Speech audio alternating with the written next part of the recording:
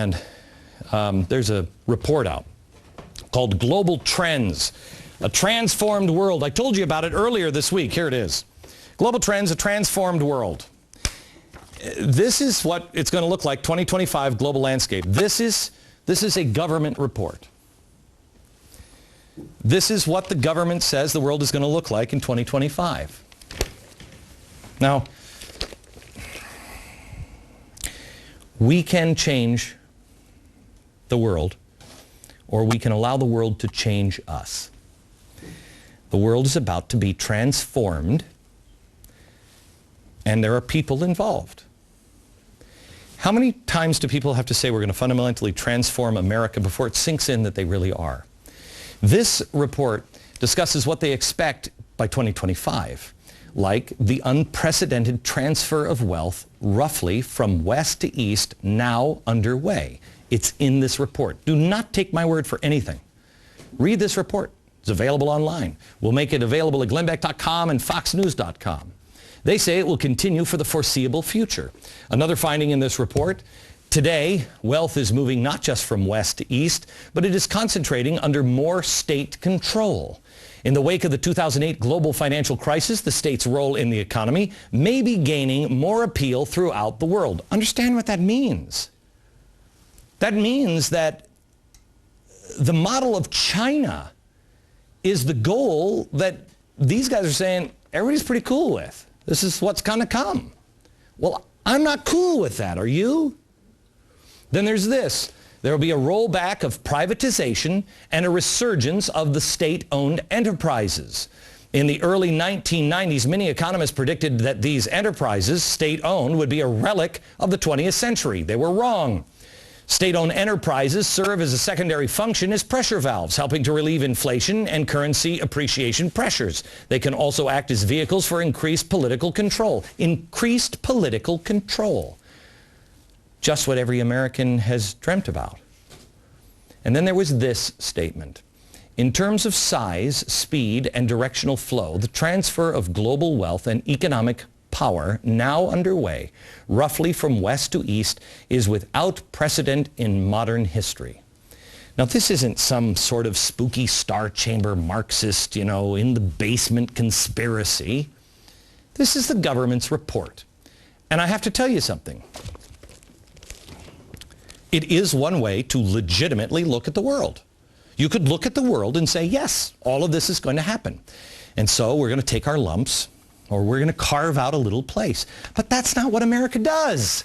We don't carve out a little niche for us. Who are we?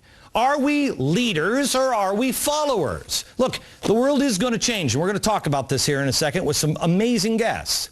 The world is going to change. You're not going to compete. You're never going to have GM.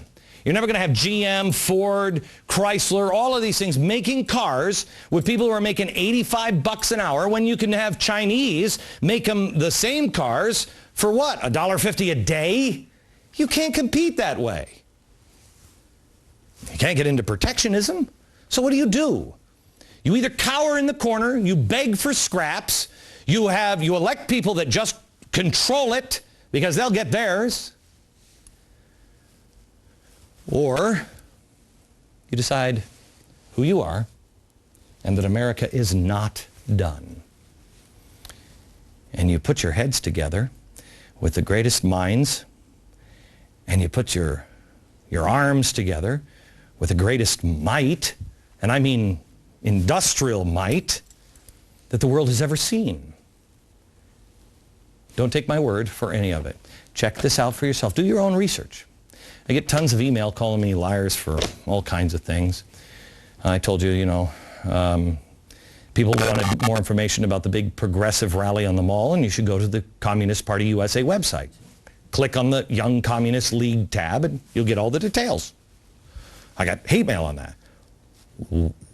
How can you write an email to me saying that I'm making things up when all you had to do, it would have taken you less time to go to Communist Party USA, click on the tab, and see everything that I said?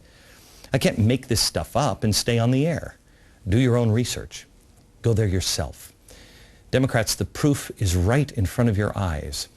There are people that will have us begging for scraps. Is that who you are? So, a global trend towards redistribution and the collapse of our Constitution. Do we have to go there? Is that where we're going? No, not if you study the Constitution for yourself. If you read the Federalist Papers, the words of the founders, you know what it stands for and you share it with others. You teach it to your children. Why don't you teach it to the children? Your children are watching you right now. Do you know that? Your children are watching you.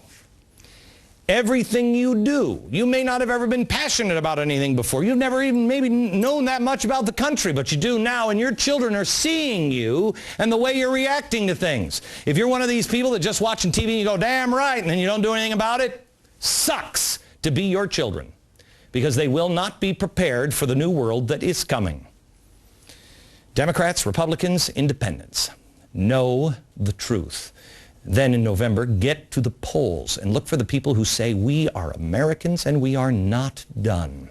We are the most charitable people in the world, and we're the people that keep changing the world over and over and over and over again. When the world is in trouble, it is the Americans that come running in. We run into burning buildings, not out of them. We run into burning buildings. We do not sit around and say, the building is on fire, what should we do? We run into them, and we put the fire out. Now, what are we going to do? Please, start here. Take the 40-day challenge. Have firm reliance on the protection of divine providence. There is so much going on in our world. They have a head start on us. Quite honestly, we need divine intervention. But I will tell you this, the world is changing. There is something big coming. And it's going to be as big as the Industrial Revolution. And we can either find ourselves in the dustbin of history, or we can take the words of Thomas Jefferson to heart and realize in 1820 he was writing about us. Yeah, but don't worry, John. They'll figure it out. And they'll do it right this time.